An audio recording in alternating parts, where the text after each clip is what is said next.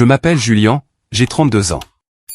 La veille de Noël dernier, ma famille m'a complètement rayé de son dîner de fête, pour m'envoyer ensuite une facture de 45 000 $ pour la Porsche accidentée de mon jeune frère. Le lendemain matin, alors que j'étais assis tout seul dans mon appartement glacial, les yeux fixés sur une photo du groupe familial qui avait fuité et m'excluait délibérément, mon père m'a envoyé un SMS contenant une exigence brutale. Il disait, « Paye cette facture avant la fin du mois. Fais quelque chose d'utile pour notre famille pour une fois. » Ils riaient et célébraient avec leurs riches amis, trinquant avec des coupes de champagne coûteuses et ouvrant des cadeaux somptueux, me traitant comme rien de plus qu'un distributeur automatique de billets jetables.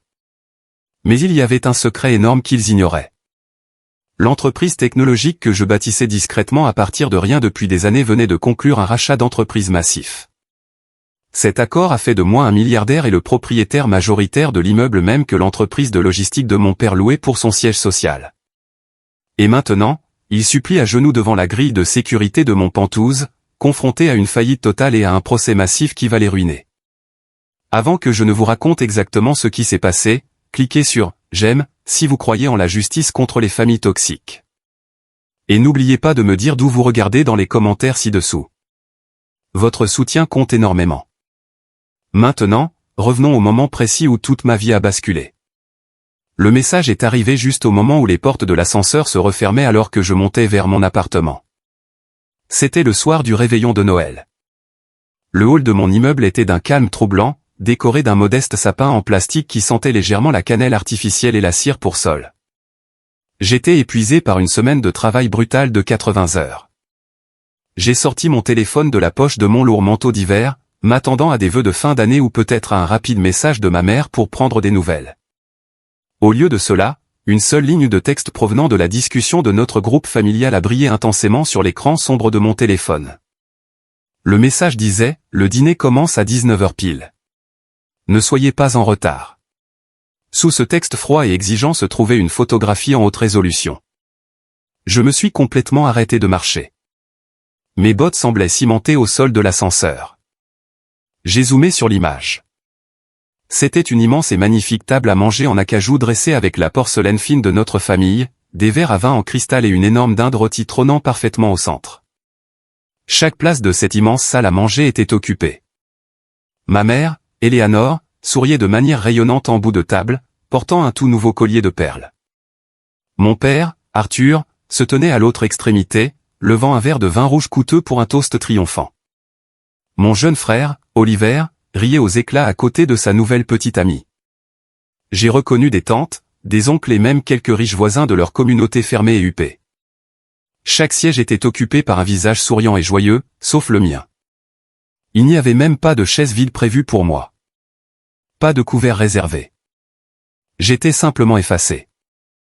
Personne ne m'avait dit qu'ils avaient déplacé le dîner de Noël annuel dans un autre lieu. Personne ne m'avait envoyé la nouvelle adresse. Ils s'étaient simplement réunis, avaient célébré et documenté toute cette soirée magique sans accorder une seule pensée à mon existence. Ils ne m'ont pas oublié par accident. On n'oublie pas son fils aîné le soir du réveillon de Noël. Ils ont tout planifié en fonction de mon absence. Le temps que je déverrouille la porte de mon appartement et entre dans le salon plongé dans le noir complet, le silence de ma maison me parut étouffant. Je n'ai pas allumé les lumières. Je me suis juste tenu près de l'îlot de cuisine, laissant la réalité m'envahir. Et puis, une autre notification a retenti bruyamment dans l'obscurité. Ce n'était pas une prise de conscience soudaine de leur erreur. Ce n'étaient pas les excuses paniquées d'une mère coupable. C'était une facture.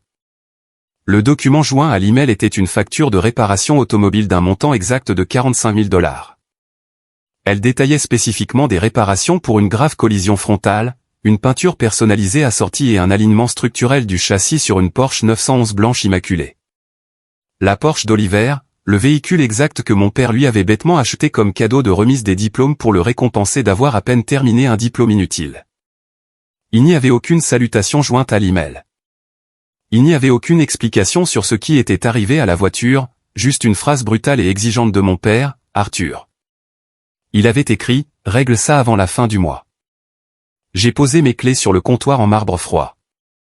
Le silence de mon appartement me semblait incroyablement lourd, pressant contre mes tympans. Dehors, la neige rude de Denver dérivait paresseusement devant la fenêtre de mon balcon, peignant la ville endormie d'un blanc froid et indifférent. Je restais là dans le noir, mon manteau d'hiver encore entièrement fermé, fixant intensément l'écran lumineux de mon téléphone. Il m'avait activement caché le lieu du rassemblement familial des fêtes. Il s'était régalé et avait célébré mon absence. Pourtant, d'une manière ou d'une autre, ils avaient encore l'audace absolue d'attendre de moi que j'ouvre mon portefeuille épais pour les dégâts d'une voiture de sport de luxe dans laquelle je n'avais même jamais eu le droit de m'asseoir. Une part de moi, silencieuse et pathétique, cette part profondément ancrée et traumatisée qui avait passé 3 décennies à essayer désespérément de gagner leur affection la plus élémentaire, voulait se connecter à mon compte bancaire et simplement transférer les fonds. J'avais l'argent. Mon salaire au sein de ma société d'ingénierie logicielle était amplement suffisant, bien qu'il n'ait absolument aucune idée de la véritable et stupéfiante étendue de ma richesse. Pendant 4 ans, j'avais été le dépanneur financier silencieux de la famille. C'est moi qui avais payé les impôts fonciers quand mon père avait dilapidé son petit héritage dans un projet d'investissement désastreux. C'est moi qui avais couvert l'énorme dette de carte de crédit d'Oliver. On s'attendait à ce que je sois responsable. On s'attendait à ce que je sois aveuglément utile, car dans la famille Rowan, si je ne payais pas pour quelque chose, je n'existais tout simplement pas. Je me suis approché de l'épaisse vitre du balcon et j'ai regardé la ville tentaculaire. Les lampadaires vacillaient en bas, projetant de longues ombres sur la neige. J'ai ressenti une douleur familière et nauséeuse dans la poitrine. C'était une oppression façonnée exactement à l'image de toutes ces années passées à plier toute mon identité sous leurs exigences égoïstes. Mais en baissant à nouveau les yeux sur cette facture de 45 000 $, quelque chose de fondamental a basculé dans mon cerveau.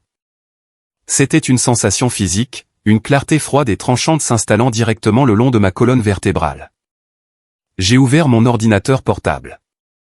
L'écran projetait une lumière bleu pâle à travers la cuisine sombre. J'ai récupéré les documents financiers que mon père avait transmis à la hâte. J'ai examiné minutieusement le contrat de prêt original et la lettre de refus d'assurance jointe au bas de la longue chaîne de mai.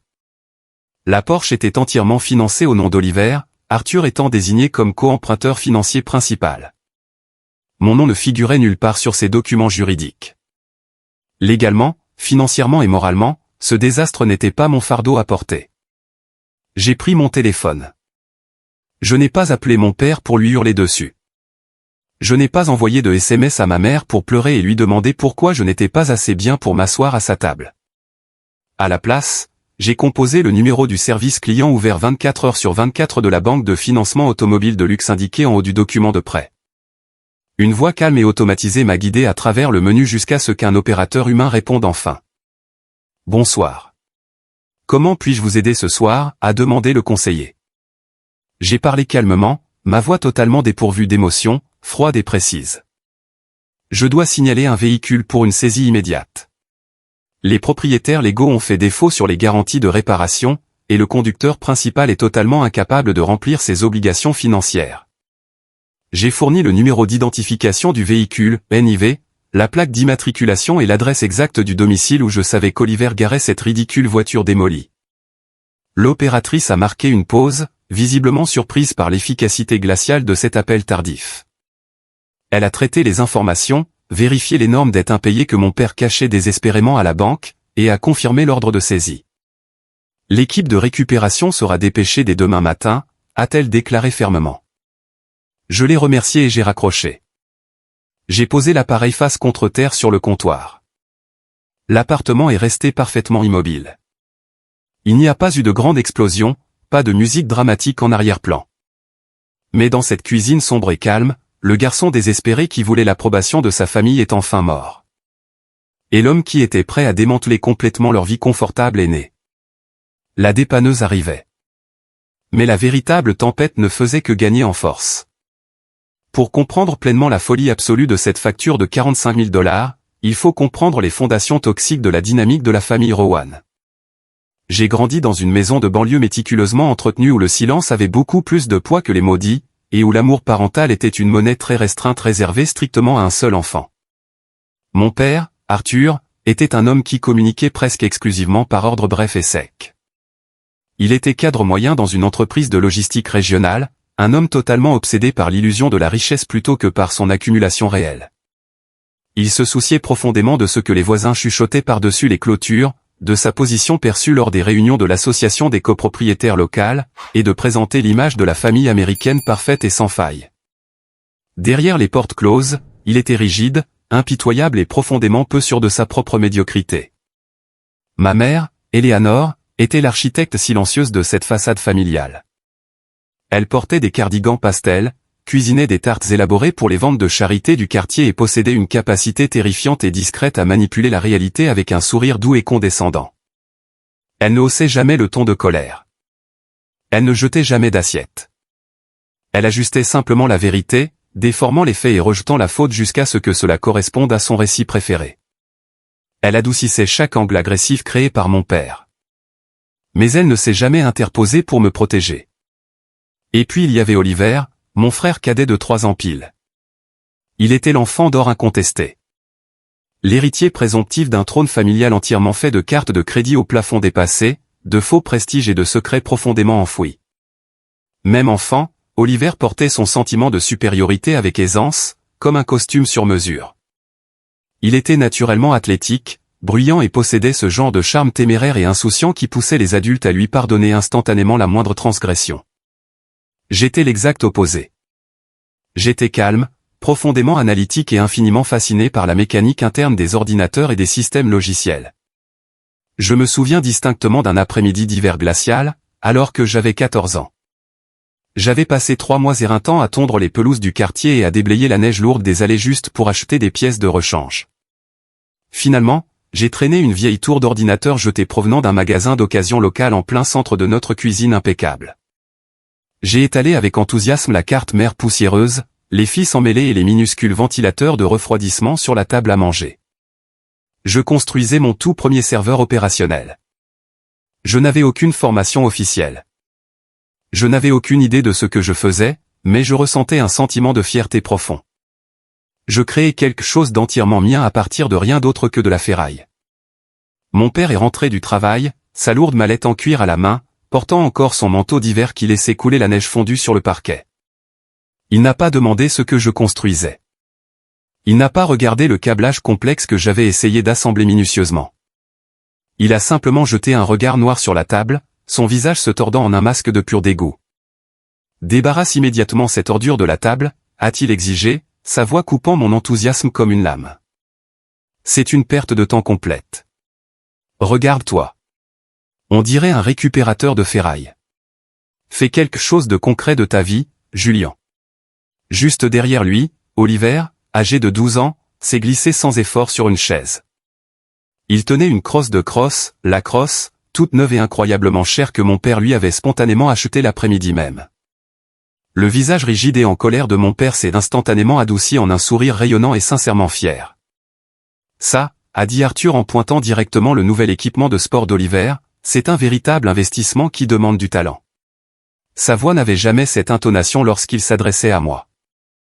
J'ai tranquillement rangé mes outils, les mains tremblant légèrement, et j'ai transporté la lourde tour d'ordinateur cliquetante dans le garage glacial et non isolé. Je n'ai pas pleuré. J'ai juste assimilé la cruelle leçon qui s'enracinait dans ma poitrine. Mes passions étaient des ordures. Les loisirs d'Oliver étaient des investissements. Ce jour-là, une compréhension silencieuse s'est logée sous mes côtes. Je n'étais pas le fils qu'il voulait voir réussir. J'étais juste la pièce de rechange. Ce schéma toxique est devenu le plan directeur de nos vies. Quand est venu le moment de l'université, mes parents m'ont fait asseoir à cette même table de cuisine. Ils affichaient des expressions solennelles et m'ont expliqué que l'économie était actuellement difficile et que l'argent se faisait rare. Ils m'ont dit que je devrais contracter d'énormes prêts étudiants et travailler pour payer mes études dans une université publique locale. J'ai accepté sans broncher. J'ai fait des doubles gardes éreintantes dans un Walmart local, empilant de lourdes boîtes sur des étagères jusqu'à 2 heures du matin juste pour payer mes manuels scolaires hors de prix et une chambre de dortoir exiguë et humide. Je mangeais des nouilles instantanées bon marché tous les soirs et portais des manteaux d'hiver d'occasion qui laissaient le vent transpercer ma peau. Pourtant, 3 ans plus tard, quand Oliver a obtenu à grand-peine son diplôme d'études secondaires avec des notes désastreuses, le discours financier a miraculeusement changé. Soudain, un fonds universitaire entièrement approvisionné s'est matérialisé comme par magie. Mes parents ont joyeusement payé ses frais de scolarité exorbitants dans une université privée prestigieuse d'un autre État. Ils lui ont même loué un appartement de luxe hors campus parce qu'il affirmait de façon dramatique que les dortoirs des premières années étaient trop bruyants et néfastes pour sa santé mentale. Quand j'ai évoqué cette disparité flagrante lors d'un dîner de Thanksgiving tendu, faisant calmement remarquer que j'étais actuellement étouffé par 70 000 $ de dettes d'études écrasantes tandis qu'Oliver conduisait une berline neuve qu'il venait de lui acheter. Toute la salle à manger est devenue d'un silence de mort. Ma mère a posé délicatement sa fourchette en argent sur son assiette en porcelaine. « Julian » a-t-elle dit, sa voix débordante d'une condescendance profondément déçue. « Oliver a simplement besoin d'un autre type de soutien. Il est sensible. Tu as toujours été si fort et indépendant. Tu n'as pas besoin de nous de la même manière que lui. Pourquoi essaies-tu de gâcher un si beau repas de Thanksgiving avec ta jalousie amère ?» J'ai été instantanément désigné comme le méchant simplement pour avoir remarqué cette inégalité flagrante. Quand j'ai enfin obtenu mon diplôme et décroché un poste de développeur junior bien payé dans une entreprise respectée, la dynamique familiale a de nouveau changé, mais pas de la manière que j'espérais désespérément. Soudain, je n'étais plus seulement farouchement indépendant. J'étais devenu une ressource financière très lucrative. Mon père a commencé à faire des commentaires culpabilisants à la volée, disant que les vraies familles s'entraident toujours. Il m'a fortement suggéré de commencer à cotiser activement à ses comptes de retraite sous prétexte qu'il avait sacrifié une si grande partie de sa jeunesse pour me loger. Puis est venue la trahison ultime de la tante Clara. C'était la jeune sœur de ma mère, après un divorce notoirement difficile qui l'avait laissée complètement fauchée. Elle était la seule personne de la famille élargie qui m'appelait de temps en temps simplement pour me demander comment se passait ma vie. Je pensais sincèrement qu'elle s'intéressait à moi en tant qu'être humain. Lors des funérailles profondément émouvantes de mon grand-père, j'ai commis la terrible erreur de la prendre à part pour lui annoncer avec enthousiasme que je venais de recevoir une promotion majeure au sein de mon entreprise. J'étais si fier. Je voulais que quelqu'un, n'importe qui, soit fier de moi aussi. Exactement 2 jours plus tard, mon père m'a appelé sur mon téléphone portable. Il ne m'a pas félicité pour cette promotion majeure. Il n'a pas dit qu'il était fier. À la place, il m'a annoncé de but en blanc que le toit de leur maison de banlieue avait désespérément besoin d'être remplacé. Et puisque je croulais sous l'argent supplémentaire maintenant, c'était mon devoir absolu en tant que fils aîné de couvrir les 20 000 $ de frais d'entrepreneur. Tante Clara n'avait jamais été une confidente digne de confiance. C'était un agent de renseignement actif. Elle avait rapporté mon augmentation de salaire exacte directement à mes parents afin qu'ils sachent précisément combien d'argent ils pouvaient m'extorquer systématiquement. Et comme un idiot, j'ai payé pour le toit. J'ai payé à nouveau quand Oliver a accumulé une dette de carte de crédit massive et humiliante durant sa 3e année d'université. J'ai payé parce que chaque fois que je transférais les fonds, ma mère me souriait, me tapotait le bras et m'appelait son garçon merveilleux et fiable. J'essayais littéralement d'acheter leur affection inconditionnelle, mais rien n'était jamais assez. Oliver a fini par obtenir un diplôme totalement inutile et a catégoriquement refusé de travailler dans des emplois de premier échelon parce qu'il déclarait haut et fort qu'ils étaient bien en dessous de son immense potentiel. Alors, Arthur a contracté un prêt automobile écrasant et lui a acheté la Porsche 911 blanche pour l'aider à réseauter avec des personnes à forte valeur ajoutée. C'était la justification financièrement suicidaire la plus ridicule que j'ai jamais entendue pour un achat aussi outrancier. Et maintenant, des années plus tard, cette même Porsche était le catalyseur direct de mon éveil complet. La facture de réparation de 45 000 $ qui trônait de manière menaçante dans ma boîte de réception n'était pas une demande d'aide polie. C'était une exigence ferme. Il supposait naturellement que j'allais simplement absorber l'impact financier massif de l'imprudence d'Oliver, tout comme j'avais discrètement absorbé leur négligence émotionnelle durant toute ma vie. J'ai regardé à nouveau la photo de Noël divulguée qui brillait sur l'écran de mon ordinateur portable. Le sourire radieux et faux de ma mère. Le toast fier et arrogant de mon père, le sourire narquois d'Oliver. Ils avaient festoyé et célébré mon absence totale pendant que j'étais assis seul dans un appartement sombre, entièrement rejeté jusqu'à ce que la facture arrive à échéance. J'ai refermé l'ordinateur portable d'un coup sec. Je suis entré dans ma grande chambre, j'ai ouvert un classeur ignifuge hautement sécurisé et j'en ai sorti un épais portefeuille financier relié en cuir. À l'intérieur de ces pages impeccables se trouvaient des accords de partenariat, des certificats d'action de la société et des actes immobiliers très lucratifs. Au cours des 5 dernières années, je n'avais pas été qu'un simple employé senior exécutant des ordres. Mon brillant colocataire d'université, Marcus, et moi-même avions cofondé une entreprise d'élite d'infrastructures de cybersécurité. Nous l'avions construite discrètement, avec acharnement et brio. Nous avions récemment finalisé une fusion massive avec un conglomérat technologique mondial. Ma valeur nette personnelle avait grimpé en flèche pour atteindre les 9 chiffres littéralement du jour au lendemain.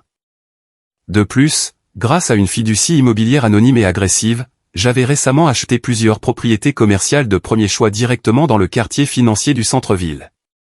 L'une de ces immenses propriétés était la tour de verre élégante de 30 étages où l'entreprise de logistique bien-aimée d'Arthur louait tout son étage d'opérations commerciales. J'étais tout simplement le propriétaire de mon propre père. J'avais délibérément caché cette immense richesse.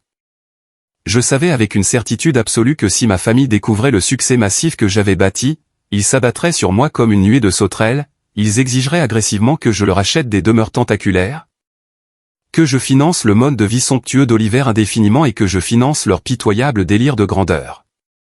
Mais en fixant intensément ces lourds actes de propriété dans le calme de ma chambre, une stratégie inédite et terrifiante a pris forme dans mon esprit. Je n'avais plus besoin de me cacher dans l'ombre. Je n'avais pas besoin de les protéger de la réalité de mon succès. J'avais besoin d'en faire une arme.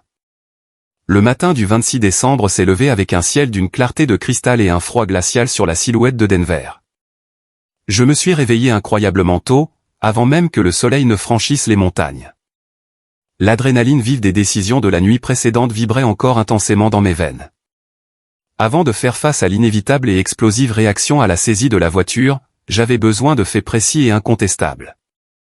Je devais savoir exactement pourquoi une Porsche neuve haut de gamme nécessitait 45 000 $ de réparation frontale majeure, et surtout, pourquoi la compagnie d'assurance de luxe avait catégoriquement refusé de couvrir le moindre centime des dégâts. J'ai préparé une tasse de café noir corsé et je me suis assis à mon îlot de cuisine froid. J'avais engagé un détective privé d'élite quelques mois auparavant pour surveiller de près un concurrent qui volait notre propriété intellectuelle. Mais aujourd'hui, j'ai orienté ses compétences incroyables vers ma propre famille. Le détective Miller était un homme d'une efficacité terrifiante. Dès 9 heures du matin, il m'a envoyé un fichier sécurisé hautement crypté contenant un rapport de police officiel, une série de photographies en haute résolution et un mémo interne divulgué provenant directement de l'expert en sinistre de l'assurance automobile. J'ai ouvert le fichier numérique. La vérité brute m'a frappé comme un coup de poing physique à l'estomac. Oliver n'avait pas seulement eu un accrochage mineur sur le parking d'un supermarché. Exactement 4 nuits plus tôt, en revenant d'une boîte de nuit haut de gamme incroyablement chère du centre-ville, Oliver avait complètement perdu le contrôle de la Porsche qui roulait à toute allure et l'avait projeté de plein fouet contre un épais mur de soutènement en béton devant un parc public de la ville. Les photographies haute définition montraient le capot avant blanc et impeccable complètement froissé comme du papier d'aluminium bon marché. Les phares personnalisés et coûteux étaient brisés en 1 million de morceaux sur l'asphalte sombre. Mais ce n'était pas l'accident violent qui faisait bouillir le sang dans mes veines. C'étaient les détails enfouis dans le rapport de police. Oliver était fortement et dangereusement ivre au volant. Les résultats officiels de l'alcotest enregistrés sur place étaient de près du double de la limite légale de l'État. Selon les notes sous serment de l'agent qui a procédé à l'arrestation, mon frère avait crié de manière agressive sur les policiers, les insultant et utilisant le nom de son père comme un bouclier impénétrable. Arthur s'était précipité au commissariat au milieu de la nuit, avait engagé un avocat de la défense agressif et très cher, et avait réussi à étouffer discrètement le pire des poursuites pénales afin de protéger le casier judiciaire impeccable d'Oliver d'une condamnation pour crime dévastatrice. Cependant, le grand conglomérat d'assurance ne s'est pas laissé intimider ni acheter si facilement. Comme Oliver conduisait indéniablement sous l'empire d'un état alcoolique, ce qui constituait une violation directe et irréfutable des conditions de sa police stricte, les experts de la compagnie ont totalement rejeté la demande d'indemnisation.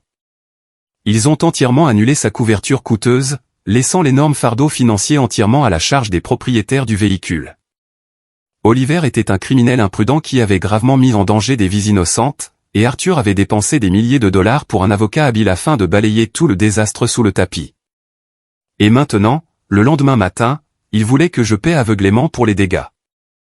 Il voulait absolument que je dépense 45 000 $ de mon argent durement gagné pour réparer une voiture violemment détruite lors d'un accident de conduite en état d'ivresse, protégeant ainsi complètement leur précieux fils chéri de toute conséquence réelle de ces actes horribles. Ma mâchoire s'est crispée si fort que mes dents me faisaient physiquement souffrir. L'audace pure et absolue de leur plan était étouffante. Mais les trahisons dévastatrices n'étaient pas encore terminées. Alors que j'étais plongé dans la lecture du jargon juridique du refus d'assurance, mon téléphone portable a vibré bruyamment sur le comptoir en marbre. C'était un message texte direct provenant d'un numéro inconnu. Je l'ai ouvert avec hésitation. Il venait de Chloé, la petite amie actuelle d'Oliver. Nous ne nous étions rencontrés brièvement qu'une poignée de fois lors de réunions de famille gênantes, mais elle avait toujours semblé incroyablement nerveuse et tendue face à la dynamique de la famille Rowan. Le message désespéré disait « Julian, je sais que je ne devrais absolument pas t'envoyer ça. Je pourrais avoir de gros ennuis, mais je n'arrive pas à dormir depuis des jours. Tu dois absolument savoir ce qu'ils ont dit dans ton dos. Je suis tellement désolé pour la façon dont ils te traitent. » Attaché directement à son message se trouvait une série de longues captures d'écran. Cela provenait d'une discussion de groupe familial privé intitulée « Organisation des fêtes chez les Rowan ». J'ai immédiatement remarqué que mon nom était ostensiblement absent de la liste des membres. J'ignorais totalement que ce groupe de discussion secondaire existait. J'ai fait défiler l'écran jusqu'au tout début des captures d'écran lumineuses, datées d'exactement 3 semaines avant le réveillon de Noël. Arthur avait écrit au groupe « Est-ce que quelqu'un a prévenu Julian pour le changement de lieu du dîner du réveillon de Noël ?» Tante Clara, l'éternelle Meltou, avait rapidement répondu « Pas encore. » Dois-je l'appeler pour lui donner la nouvelle adresse? Puis est venu le message spécifique qui a fait s'arrêter mon cœur dans ma poitrine. Il venait de ma mère, Eleanor, la femme qui prêchait constamment sur le caractère sacré des liens familiaux et de l'amour inconditionnel. Ma propre mère avait écrit « Laissons-le délibérément en dehors de la liste des invités cette année. Franchement, il vient toujours habillé avec ses vêtements simples et bon marché de grands magasins.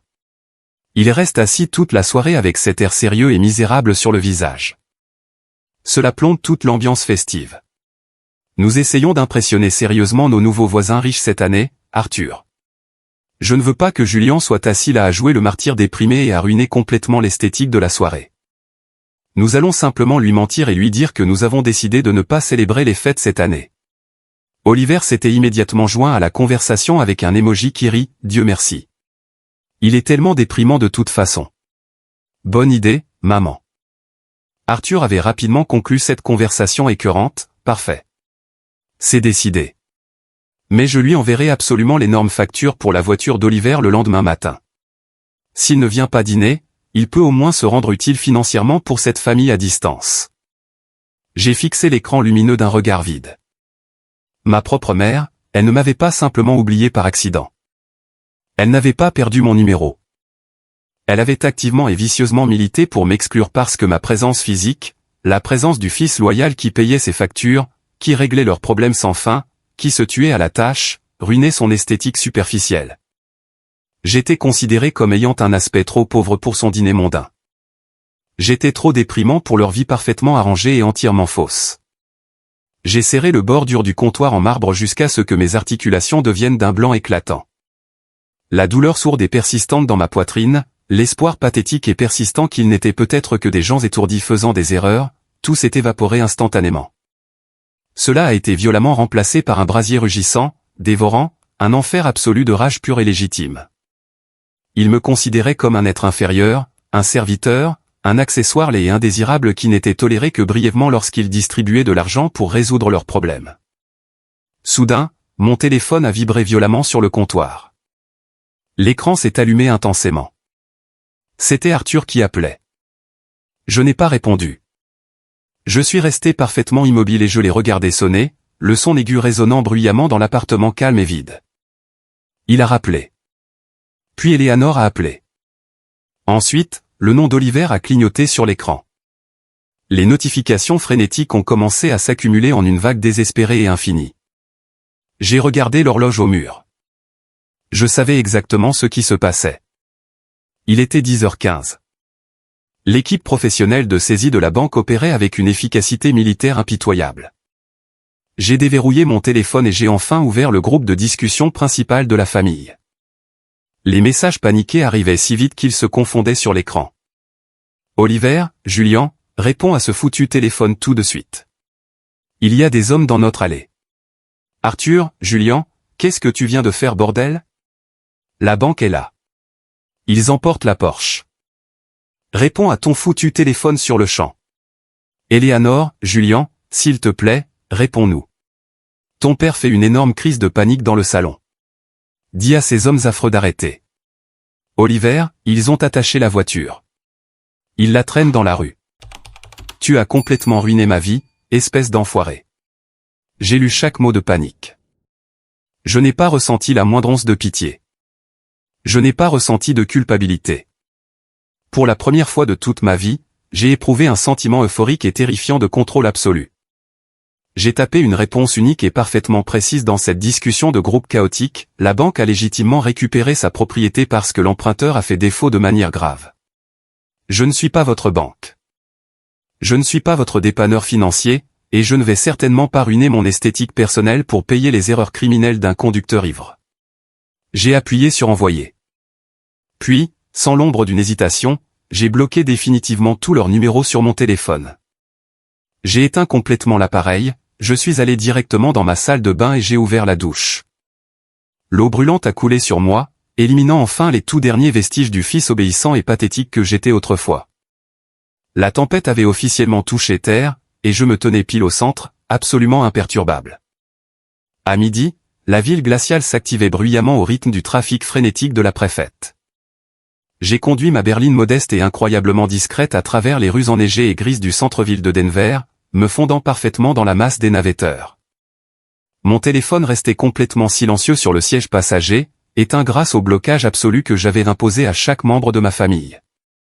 Je savais avec une certitude absolue qu'ils étaient probablement en train de perdre la tête, de retourner leur maison de banlieue impeccable dans une tentative frénétique et hurlante de reprendre le contrôle perdu sur moi. Mais je m'en fichais. J'avais une immense entreprise à diriger. Je me suis garé sans encombre dans le parking VIP souterrain hautement sécurisé de la haute tour de verre et d'acier située au cœur du quartier financier. Le garde de sécurité armé posté à la grille, un homme costaud et ancien militaire nommé Vance, s'est immédiatement redressé et m'a salué d'un geste net lorsque ma plaque d'immatriculation a été scannée automatiquement par le système. « Bonjour, monsieur Rowan », a dit respectueusement Vance à travers l'interphone. « Bonjour, Vance », ai-je répondu calmement en remontant la vitre. Je me suis garé sans problème sur ma place réservée à la direction et j'ai pris l'ascenseur privé accessible uniquement par carte de sécurité menant directement au dernier étage. Lorsque les portes en acier poli se sont ouvertes, je suis entraîné immédiatement dans le vaste siège ultramoderne de ma société de cybersécurité. Les immenses baies vitrées offraient une vue panoramique imprenable sur les montagnes rocheuses enneigées. Le ronronnement régulier et réconfortant des immenses baies de serveurs et le bavardage calme et concentré d'ingénieurs logiciels brillants remplissaient l'air frais. C'était mon domaine absolu. C'était l'immense empire que j'avais bâti de mes propres mains alors que mon père qualifiait mes loisirs d'adolescent d'ordure. J'ai marché d'un pas vif devant une longue rangée de salles de conférence aux parois de verre et je suis entré directement dans le bureau d'angle de mon cofondateur, Marcus. Il se tenait à ce moment-là près de son grand bureau en chêne, en train d'examiner attentivement une pile de documents juridiques complexes concernant notre récent rachat. Marcus savait absolument tout sur ma famille. Il avait été présent dans les dortoirs universitaires lorsque je mangeais des nouilles instantanées en pleurant d'épuisement, et il m'avait vu transférer silencieusement des milliers de dollars à mes parents ingrats au fil de ces années douloureuses. Il a levé les yeux immédiatement à mon entrée. « Tu as l'air complètement différent aujourd'hui », a-t-il noté instantanément, ses yeux affûtés analysant ma posture rigide. La Porsche est partie, ai-je dit simplement en m'asseyant en face de lui, et j'ai bloqué définitivement tous leurs numéros de téléphone. Marcus a lentement posé les documents juridiques sur son bureau. Un sourire lent, presque prédateur, s'est dessiné sur son visage. Enfin, il était temps. Ont-ils vraiment envoyé la facture de réparation? Oui, 45 000 $ pour un grave accident de conduite en état d'ivresse que la compagnie d'assurance a totalement refusé de couvrir parce qu'il a violé sa police. Oh, et ma mère m'a officiellement désinvité du dîner de Noël familial parce que mes vêtements ont l'air trop bon marché pour ses nouveaux voisins. Elle a dit que je gâchais son esthétique. Marcus a poussé un soupir moqueur, secouant la tête d'un air totalement incrédule. Le délire de ces gens est phénoménal. Alors, quelle est la suite? Parce que je te connais, Julian. Tu ne t'es pas contenté de bloquer leur numéro. Tu as un plan. Je me suis levé et me suis approché de la grande baille vitrée, regardant directement les rues animées bien en dessous de nous. L'entreprise de logistique d'Arthur, leur bail commercial au 14e étage de cet immeuble précis, arrive à échéance pour son renouvellement officiel la semaine prochaine. C'est bien ça? Marcus a rapidement tapoté sur son clavier, affichant instantanément les dossiers de gestion immobilière. Tout à fait. Nous avons entièrement absorbé le portefeuille de gestion de l'immeuble lorsque nous avons racheté la propriété le trimestre dernier. Ils s'attendent à un contrat de renouvellement de 10 ans.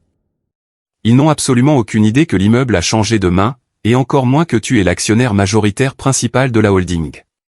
Rédige immédiatement un avis d'expulsion non négociable, ai-je ordonné d'une voix parfaitement stable. Refus de renouveler le bail commercial. Je veux qu'il quitte complètement le 14e étage d'ici la fin du mois. Pas de prolongation, pas de négociation. Marcus a haussé un sourcil, visiblement impressionné par la violence tactique de cette décision financière. Julian, Arthur va perdre la tête si son entreprise perd ce siège prestigieux. Il va perdre instantanément ses principaux clients professionnels.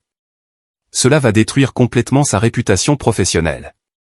Il a systématiquement détruit toute mon enfance. Je pense que perdre un bureau élégant est un échange très équitable. Je me suis détourné de la fenêtre pour faire face à mon partenaire. Évidemment, ils ne vont pas s'asseoir patiemment en attendant que l'avis d'expulsion officiel arrive par la poste. Une fois qu'ils auront compris qu'ils ne peuvent absolument pas me joindre par téléphone pour me hurler dessus. Ils feront ce qu'ils font toujours lorsqu'ils veulent me soumettre par la force. Ils viendront me chercher en personne.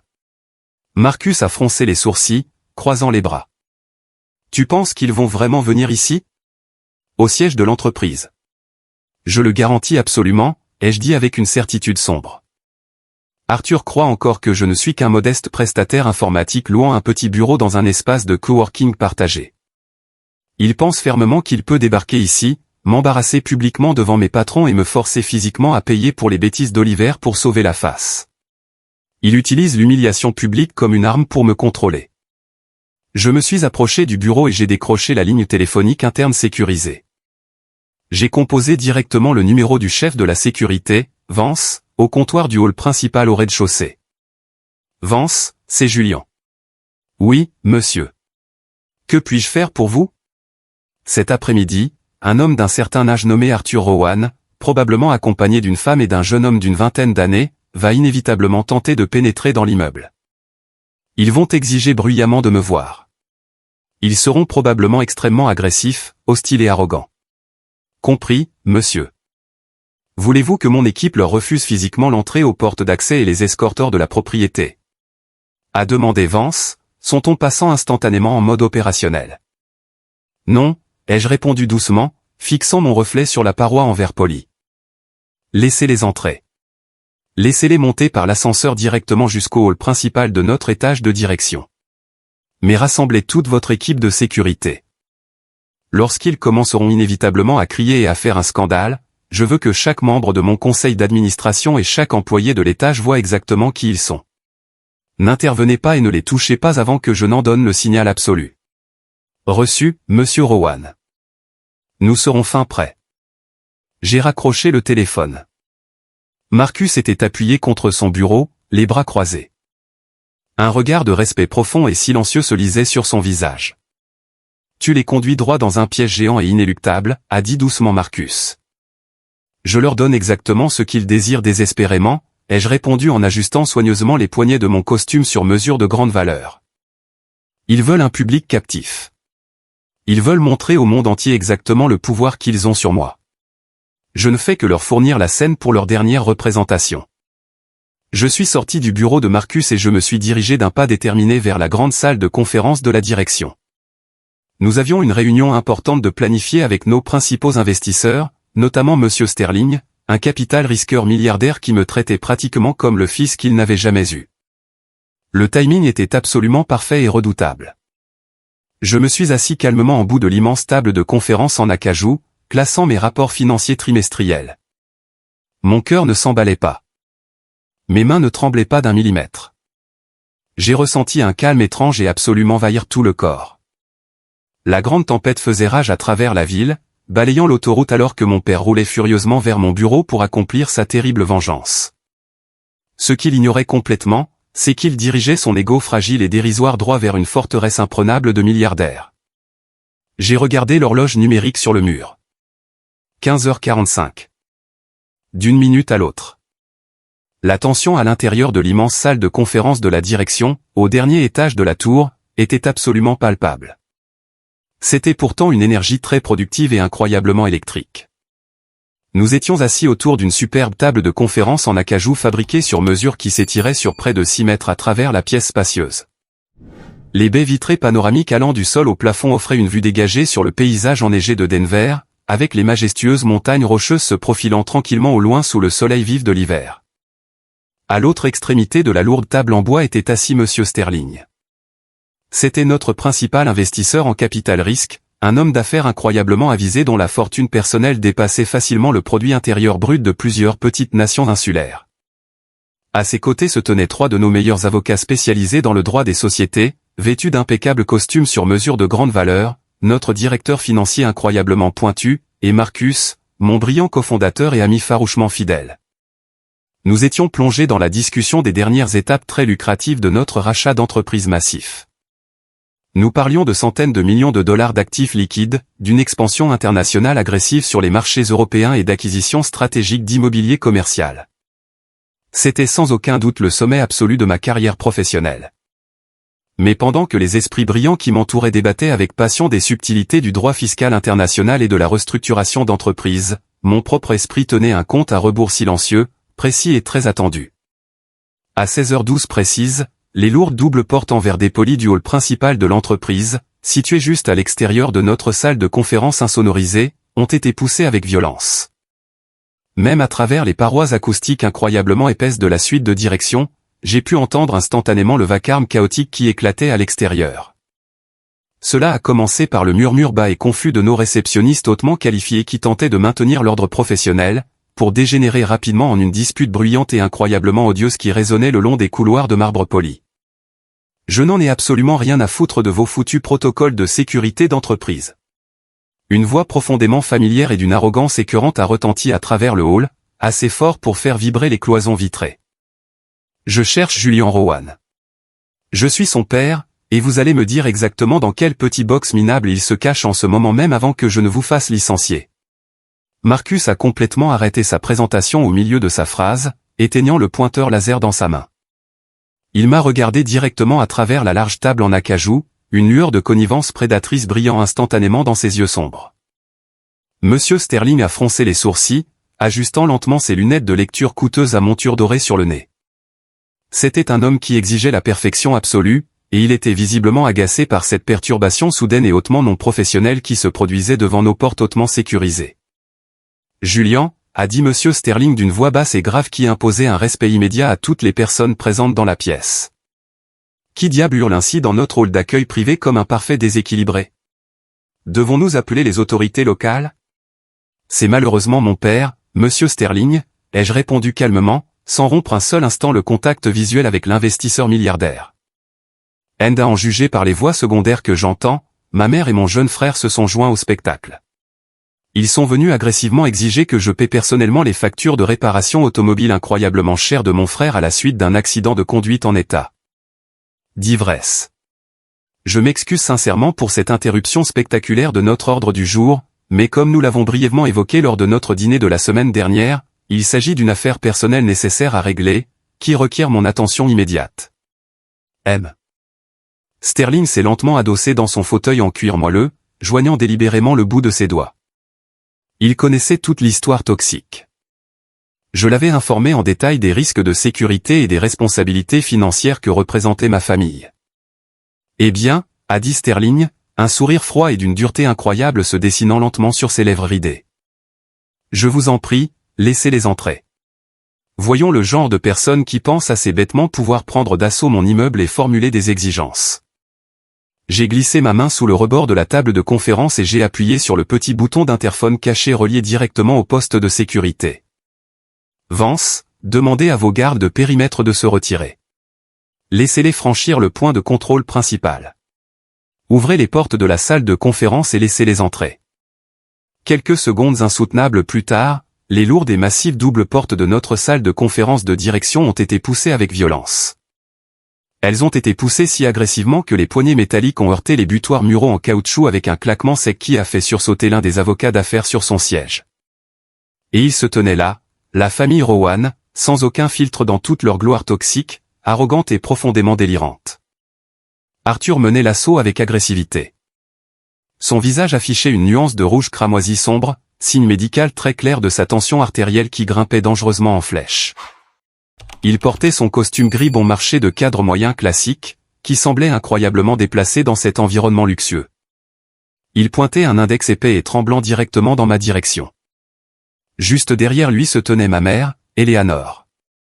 Elle portait un manteau d'hiver de marque parfaitement repassé et extrêmement cher que j'avais probablement payé quelques années plus tôt. Ses mains manucurées serraient fermement son sac à main en cuir de marque contre sa poitrine comme un bouclier protecteur, et son visage était déjà figé dans un masque parfait de détresse théâtrale hautement calculé. Et fermant la marche se trouvait Oliver, l'enfant d'or intouchable. Il avait l'air complètement échevelé, ses yeux injectés de sang à cause du manque de sommeil et d'une panique intense. Il portait un sweatshirt à capuche de marque surdimensionnée et ridicule qui avait probablement coûté plus cher que ma première voiture d'occasion. Il semblait furieux, mais sous la colère, il avait aussi l'air d'un animal terrifié et pris au piège. Ils ont fait irruption aveuglément dans la vaste pièce, ignorant complètement les investisseurs milliardaires assis en bout de table, ignorant totalement les avocats d'affaires d'élite dans leurs costumes coûteux. Et ne mesurant pas du tout la richesse impressionnante et écrasante de l'environnement professionnel qu'ils venaient de violer de force. La vision étroite et colérique d'Arthur était braquée entièrement et exclusivement sur moi.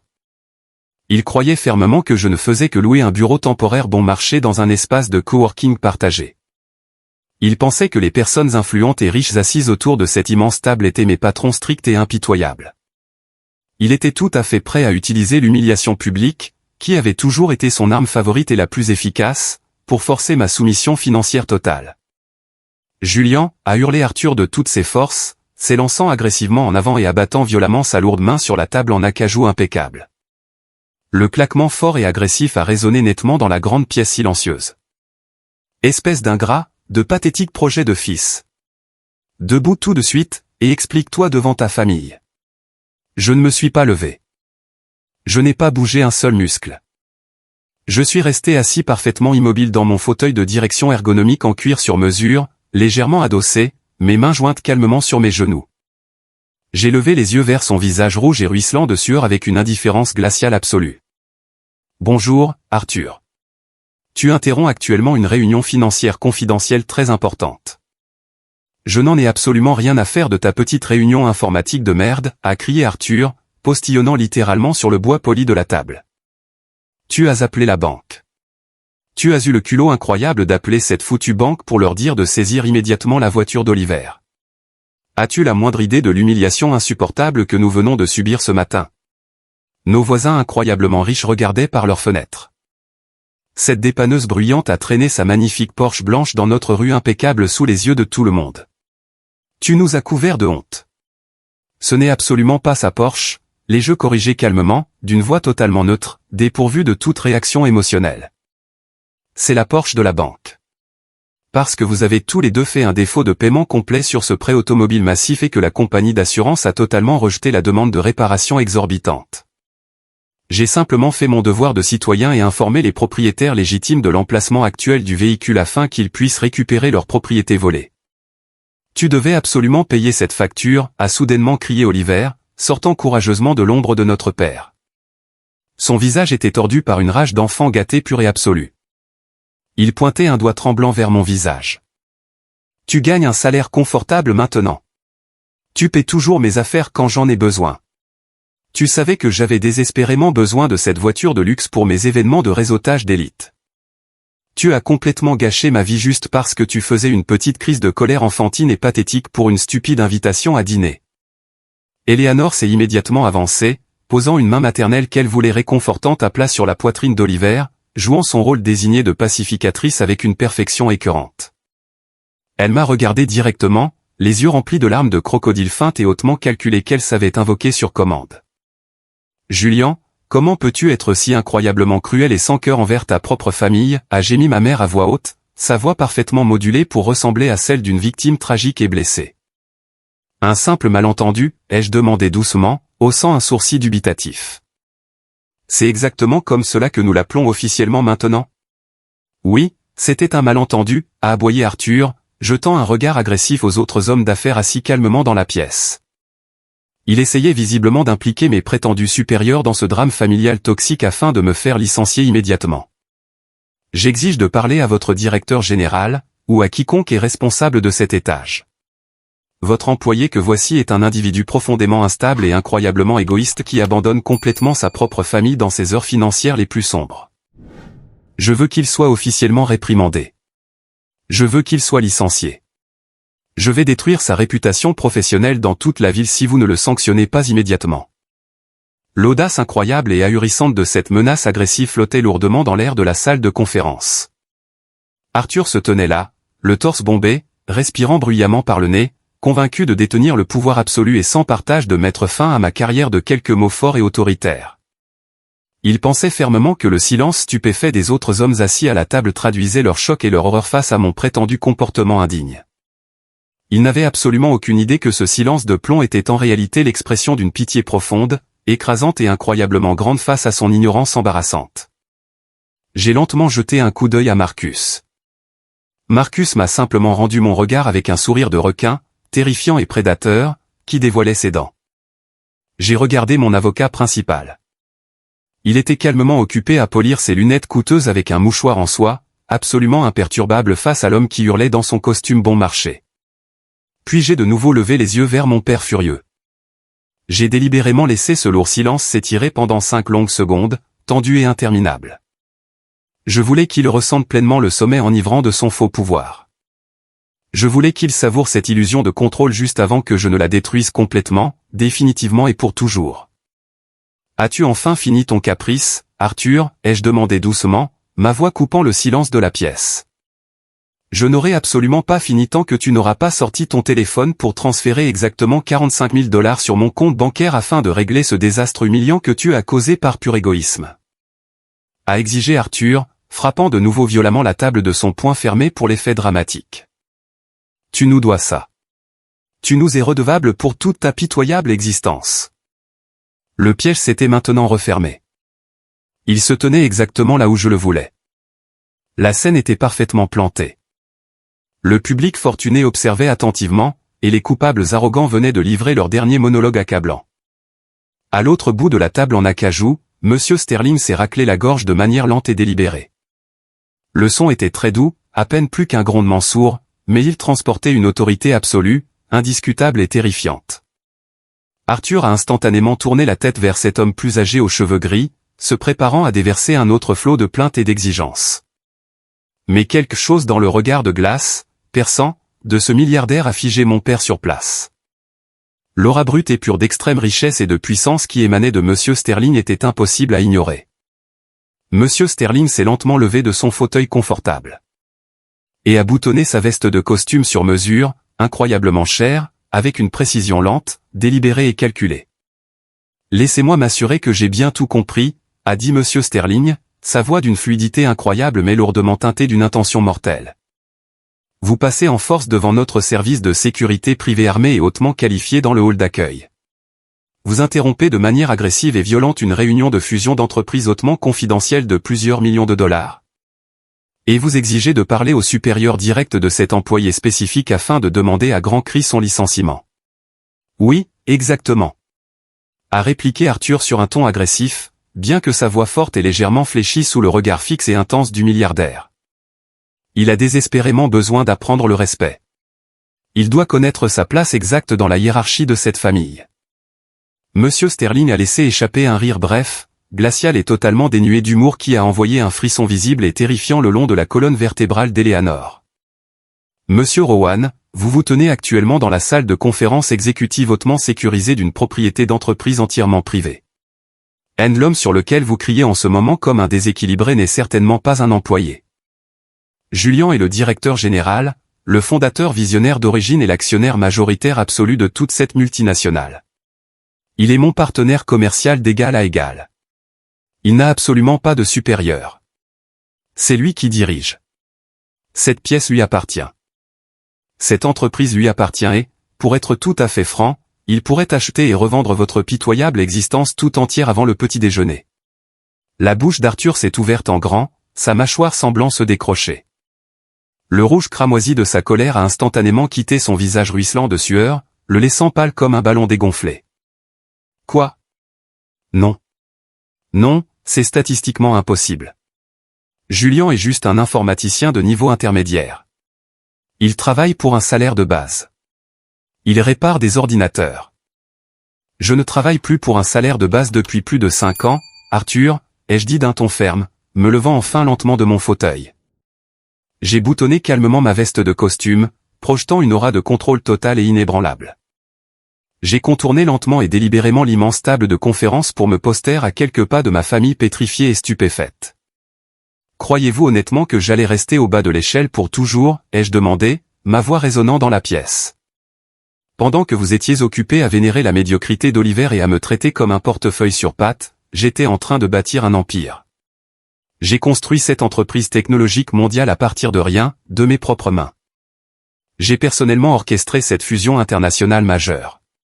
Et, ce qui est particulièrement intéressant pour toi, Arthur, j'ai investi mes bénéfices dans l'acquisition d'immobilier commercial de premier choix dans toute la ville. J'ai glissé calmement ma main dans la poche intérieure de ma veste et j'en ai sorti un document lourd et juridiquement contraignant. Il était scellé dans une pochette d'entreprise de grande qualité. Je l'ai lancé sans effort sur la table polie, juste devant mon père. Le document a glissé sur le bois pour s'arrêter pile devant ses doigts tremblants. « Qu'est-ce que c'est que ça ?» a demandé Arthur, sa voix se mettant soudain à trembler violemment, son arrogance s'effondrant rapidement face à une panique pure et simple. « C'est un avis d'expulsion officiel, juridiquement contraignant et totalement non négociable, ai-je déclaré froidement, les yeux fixés sur son visage terrifié. Vois-tu, Arthur, il y a exactement 3 mois, ma fiducie immobilière privée a discrètement et activement acheté l'intégralité de cette tour de verre de 30 étages, cette même tour prestigieuse où ton entreprise de logistique loue tout son siège social au 14e étage. Tu te tiens actuellement dans mon immeuble. Je suis ton propriétaire commercial et j'ai officiellement et légalement décidé de résilier ton contrat de bail.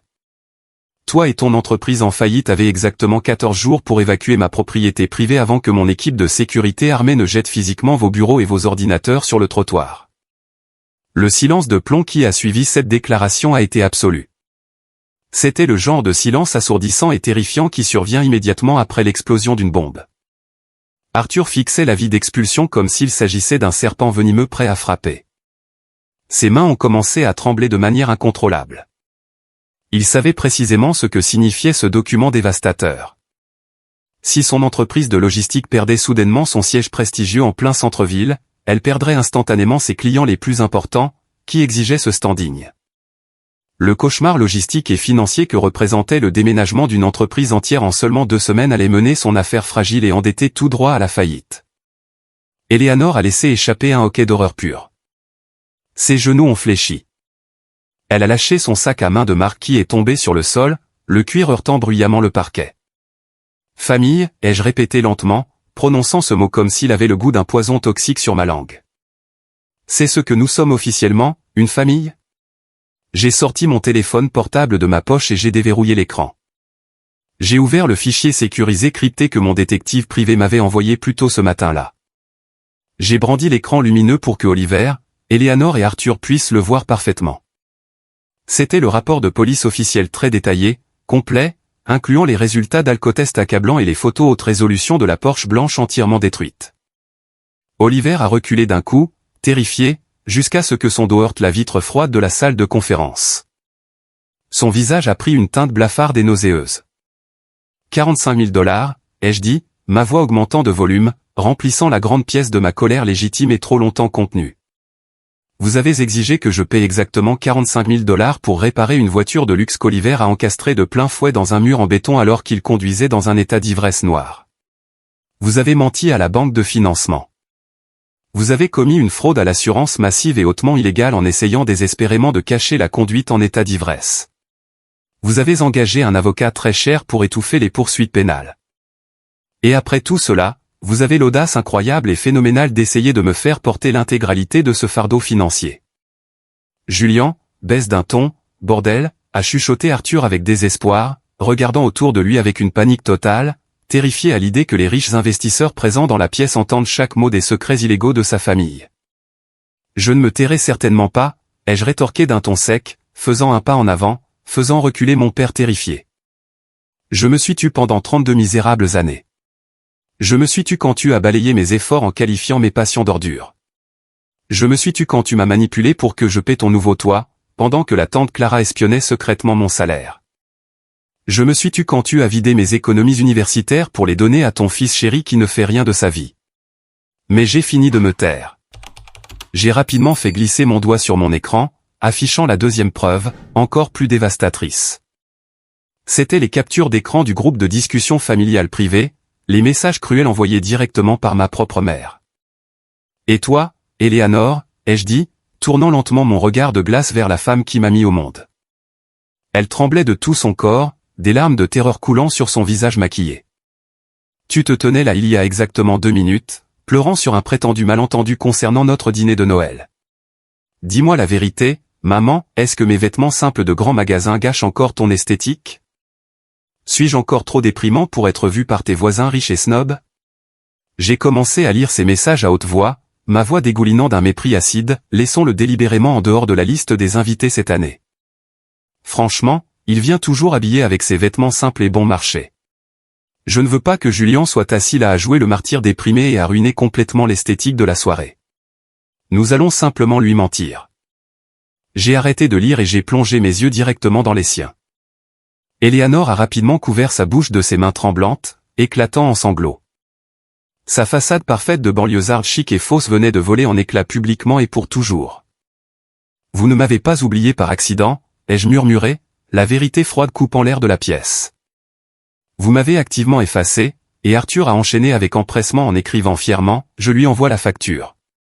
S'il ne vient pas dîner, il peut au moins se rendre utile financièrement.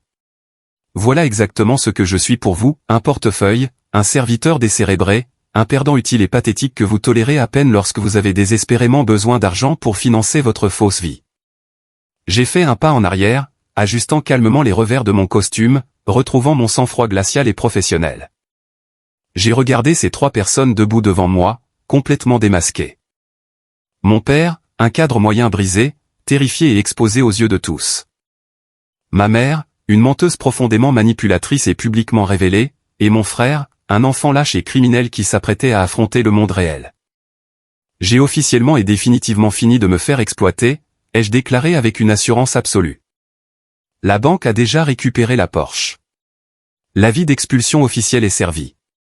Si l'un d'entre vous tente à nouveau de me contacter, je remettrai personnellement ce volumineux rapport de police détaillant la conduite en état d'ivresse d'Oliver et votre fraude à l'assurance directement au bureau du procureur. Mes avocats d'élite enseveliront votre famille sous tellement de poursuites judiciaires que vous paierez des frais d'avocat jusqu'au dernier jour de votre vie. Je me suis tourné vers la porte d'entrée de la salle de conférence et j'ai fait un signe de tête ferme. Le chef de la sécurité, Vance, qui se tenait silencieusement dans le couloir avec 4 gardes armés, est immédiatement entré. « Monsieur Vance », ai-je dit d'une voix calme. Ces 3 personnes se trouvent actuellement sans autorisation sur une propriété privée hautement sécurisée. Veuillez les escorter physiquement hors de mon immeuble immédiatement. S'ils résistent le moins du monde, appelez la police et faites-les arrêter pour violation de propriété. Avec un plaisir absolu, Monsieur Rowan, a grogné Vance. Il a saisi fermement Arthur par l'épaule. Ils n'ont même pas tenté de résister. Ils étaient complètement et totalement brisés. Arthur a regardé l'avis d'expulsion sur la table une dernière fois, le regard vide et éteint. Éléanore a tenté faiblement de tendre la main vers moi, murmurant mon nom avec désespoir, mais un garde s'est interposé fermement. Oliver gardait la tête baissée, pleurant à chaudes larmes comme un enfant terrifié tandis qu'on le faisait sortir de la salle de conférence. Les lourdes portes de verre se sont refermées derrière eux. La pièce a retrouvé son silence magnifique. J'ai pris une grande inspiration, laissant l'air vicié et toxique de mon passé quitter mes poumons. Je me suis retourné vers la table en acajou. Marcus souriait de toutes ses dents, visiblement ravi. Monsieur Sterling a lentement levé sa tasse de café vers moi en un salut silencieux et respectueux. « Bien », ai-je dit calmement en repoussant mon fauteuil pour m'y asseoir confortablement en bout de table. Où en étions-nous concernant notre stratégie d'expansion internationale agressive ? Les retombées de cet après-midi explosif et dramatique dans la salle de conférence ont été absolues, dévastatrices et incroyablement rapides. Je n'ai pas eu à lever le petit doigt contre eux. La réalité dure et impitoyable du monde réel qu'ils avaient tenté de manipuler a fait tout le travail pour moi. Exactement 14 jours plus tard, précisément comme le stipulait le document légal, l'entreprise de logistique prétendument prestigieuse d'Arthur a été formellement, légalement et très publiquement expulsée du 14e étage de mon immeuble. Parce qu'il avait bêtement lié toute son identité professionnelle et son ego d'entreprise à cet emplacement de choix en plein centre-ville, ce déménagement soudain, humiliant et forcé vers un parc industriel bon marché. Délabré et déprimant dans la lointaine banlieue a semé la panique parmi ses clients. Des rumeurs ont rapidement circulé dans le secteur selon lesquelles l'entreprise était totalement insolvable. En 2 mois à peine, ses 3 clients les plus importants et les plus lucratifs ont rompu leur contrat, invoquant une trop grande instabilité. Arthur, cet homme profondément arrogant qui avait bâti tout son ego sur l'illusion du contrôle, s'est retrouvé acculé et contraint de déposer le bilan. Il a perdu son petit héritage, son entreprise en faillite et sa précieuse réputation dans la communauté aisée. Mais la punition la plus sévère et la plus dévastatrice était à juste titre réservée à l'enfant d'or intouchable, Oliver. Sans mon filet de sécurité financier massif et secret pour le sortir constamment d'affaires, les conséquences juridiques de ses actes imprudents l'ont rattrapé de plein fouet.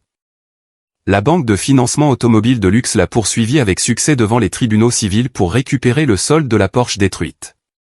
Comme la compagnie d'assurance avait officiellement enregistré l'infraction grave pour conduite en état d'ivresse dans son dossier, Oliver a fait l'objet d'une enquête rigoureuse de la part des autorités locales. Il ne pouvait absolument pas s'offrir les services d'un avocat de premier choix cette fois-ci. Sans l'argent d'Arthur pour le protéger, et a été officiellement et publiquement condamné pour conduite sous l'empire d'un état alcoolique. Son permis de conduire a été suspendu pour 2 ans, et le juge l'a condamné à accomplir des centaines d'heures de travaux d'intérêt général très visibles. L'enfant d'or habitué au privilège s'est finalement retrouvé contraint d'enfiler un gilet de sécurité orange fluorescent pour ramasser des déchets le long de l'autoroute publique glaciale pendant que les voitures passaient devant lui. Puis, exactement comme je l'avais prédit, sont arrivées les tentatives désespérées et pathétiques de rentrer dans mes bonnes grâces pour accéder à ma fortune. Tante Clara, la célèbre espionne de la famille qui rapportait toujours mes moindres augmentations de salaire à mes parents pour qu'ils me réclament de l'argent, a eu l'audace incroyable d'appeler ma ligne de bureau direct. Elle a réussi à contourner mes protocoles de sécurité en affirmant de manière paniquée à la réceptionniste qu'il s'agissait d'une urgence familiale de vie ou de mort. Quand j'ai enfin décroché, elle s'est immédiatement lancée dans un monologue larmoyant et bien répété. Elle a sangloté, me racontant son divorce difficile et coûteux, ses difficultés à survivre, affirmant qu'elle avait toujours été secrètement mon plus grand soutien dans la famille et qu'elle avait désespérément besoin d'un petit investissement de $50 000 pour démarrer une nouvelle entreprise. Et se remettre sur pied. Je ne lui ai pas crié dessus. Je ne me suis pas mis en colère. J'ai simplement ri, d'un rire froid et creux qui a résonné dans mon bureau, et j'ai dit, « Tante Clara, la banque Julian Rowan est définitivement fermée. Je te suggère fortement de demander cet investissement à Arthur. » Oh, attends. J'oubliais. Il est complètement en faillite. J'ai raccroché immédiatement et j'ai demandé à mes ingénieurs en télécommunications de bloquer son numéro définitivement et de lui interdire tout accès au serveur de l'entreprise. La dernière confrontation, véritablement pathétique, a eu lieu exactement 6 mois après que le rachat de l'entreprise a été finalisé et annoncé publiquement. Je sortais d'un gala de charité très sélect et médiatisé dans le centre-ville de Denver.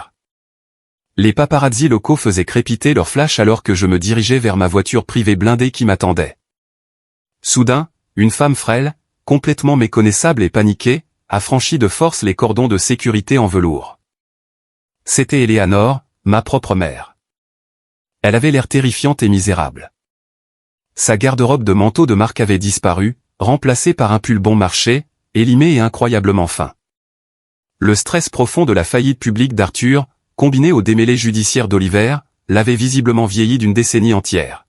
« Julian » a-t-elle crié, sa voix se brisant sous le coup d'une panique sincère et désespérée alors qu'elle se précipitait vers moi.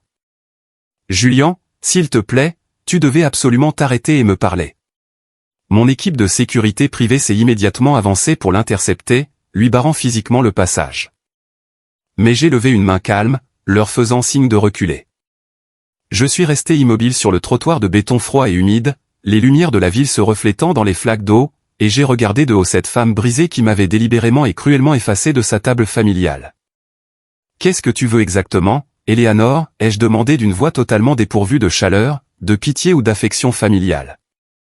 Elle a tendu la main désespérément, essayant de saisir le tissu précieux de la manche de mon smoking, mais j'ai fait un pas en arrière calculé, maintenant une barrière ferme entre nous. S'il te plaît, a-t-elle sangloté bruyamment, de grosses larmes coulant sur son visage fatigué et marqué par les rides. Nous perdons la maison de banlieue. La banque saisit la propriété la semaine prochaine. Ton père est profondément déprimé. Il ne sort même plus de son lit. Et Oliver? Oliver ne trouve de travail nulle part avec son casier judiciaire public. Tu as des centaines de millions de dollars, Julian. Tu es littéralement en couverture des magazines financiers. Une fraction insignifiante de ta fortune pourrait sauver notre famille de la ruine totale. S'il te plaît, je t'en supplie en tant que mère. Je suis tellement désolé pour ce qui s'est passé à Noël. C'était une horrible erreur. Je l'ai regardé attentivement, cherchant dans mon propre cœur la moindre étincelle de pitié. Le moindre vestige du petit garçon désespéré qui construisait des ordinateurs dans un garage glacial pour essayer d'obtenir son approbation éphémère et conditionnelle. Mais il n'y avait absolument rien. Le coffre-fort émotionnel était définitivement vide. Ce n'était absolument pas une erreur, Eleanor, ai-je dit d'une voix calme, coupant l'air de la nuit comme un scalpel chirurgical. Une erreur, c'est de faire tomber un verre d'eau par accident. Tu as méticuleusement et délibérément orchestré mon exclusion humiliante parce que mes vêtements simples gâchaient ton esthétique superficielle. Tu as ri et tu as approuvé quand Arthur a décidé de m'envoyer une facture de 45 000 $ pour une voiture accidentée que je n'ai même jamais conduite. Tu ne m'aimais pas alors, et tu ne m'aimes pas aujourd'hui. Tu aimes seulement mon compte en banque. Non, ce n'est pas vrai. A-t-elle hurlé, tombant à genoux sur le trottoir sale et froid, attirant l'attention des paparazzis qui prenaient des photos en rafale. Tu as définitivement rayé mon nom de la liste des invités de ce dîner, ai-je ajouté, la regardant sangloter sans éprouver la moindre émotion. J'ai simplement respecté ta décision et j'ai quitté la table familiale pour toujours. Tu as choisi Oliver comme ton investissement ultime. Tu dois maintenant vivre avec le rendement financier désastreux de ce portefeuille défaillant. Ne t'approche plus jamais de moi en public. Je lui ai tourné le dos, je suis monté dans l'habitacle chaud et luxueux de ma voiture et j'ai demandé au chauffeur de démarrer. Je n'ai pas jeté un seul regard par la vitre teintée. Je l'ai laissé là où était sa place, prisonnière de la réalité froide et impitoyable de ses propres choix toxiques. Une année entière s'est écoulée depuis cette veille de Noël glaciale et chaotique qui a transformé la trajectoire de mon existence. Je me tiens aujourd'hui sur le grand balcon vitré de mon penthouse privé hautement sécurisé. La ville de Denver s'étend sous mes yeux, ressemblant à une mer de lumière scintillante et de possibilités infinies. Le vent froid de la montagne me caresse le visage, mais je ne ressens plus ce frisson mordant. Je ne ressens qu'une paix profonde, solide et absolue. Dans mon grand salon, Marcus sert 2 verres d'un scotch de 20 ans d'âge très coûteux. Nous célébrons le premier anniversaire de notre fusion d'entreprise et le lancement mondial très rentable de notre nouvelle initiative de cybersécurité. Ma nouvelle vie est remplie de collègues brillants, d'amitié sincère et d'une fortune qui me garantit de ne plus jamais avoir à me soucier de la pauvreté ou de la servitude forcée. Mais la véritable richesse, je l'ai compris au cours de cette année, n'a absolument rien à voir avec les chiffres alignés sur mes portefeuilles d'investissement ou les actes immobiliers verrouillés dans mon coffre-fort. La véritable richesse est cette paix d'esprit profonde et inébranlable qui vous envahit l'âme lorsque vous cessez enfin de vous détruire le dos à porter les fardeaux de personnes toxiques qui refusent de marcher de leurs propres ailes.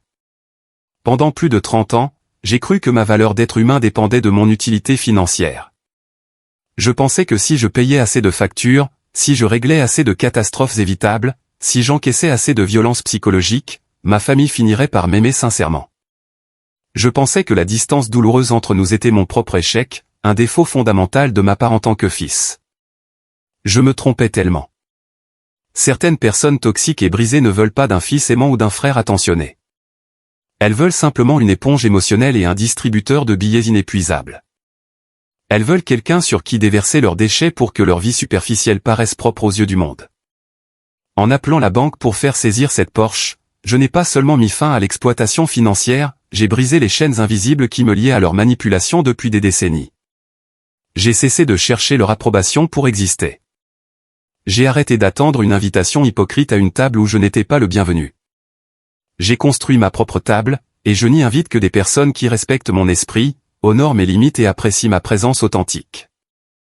J'ai bu une gorgée de scotch, laissant le liquide chaud descendre lentement dans ma gorge.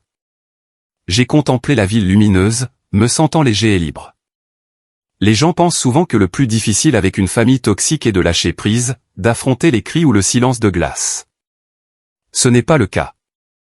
Le plus difficile est de réaliser pendant combien de temps on s'est accroché à un fardeau écrasant qui ne nous appartenait pas.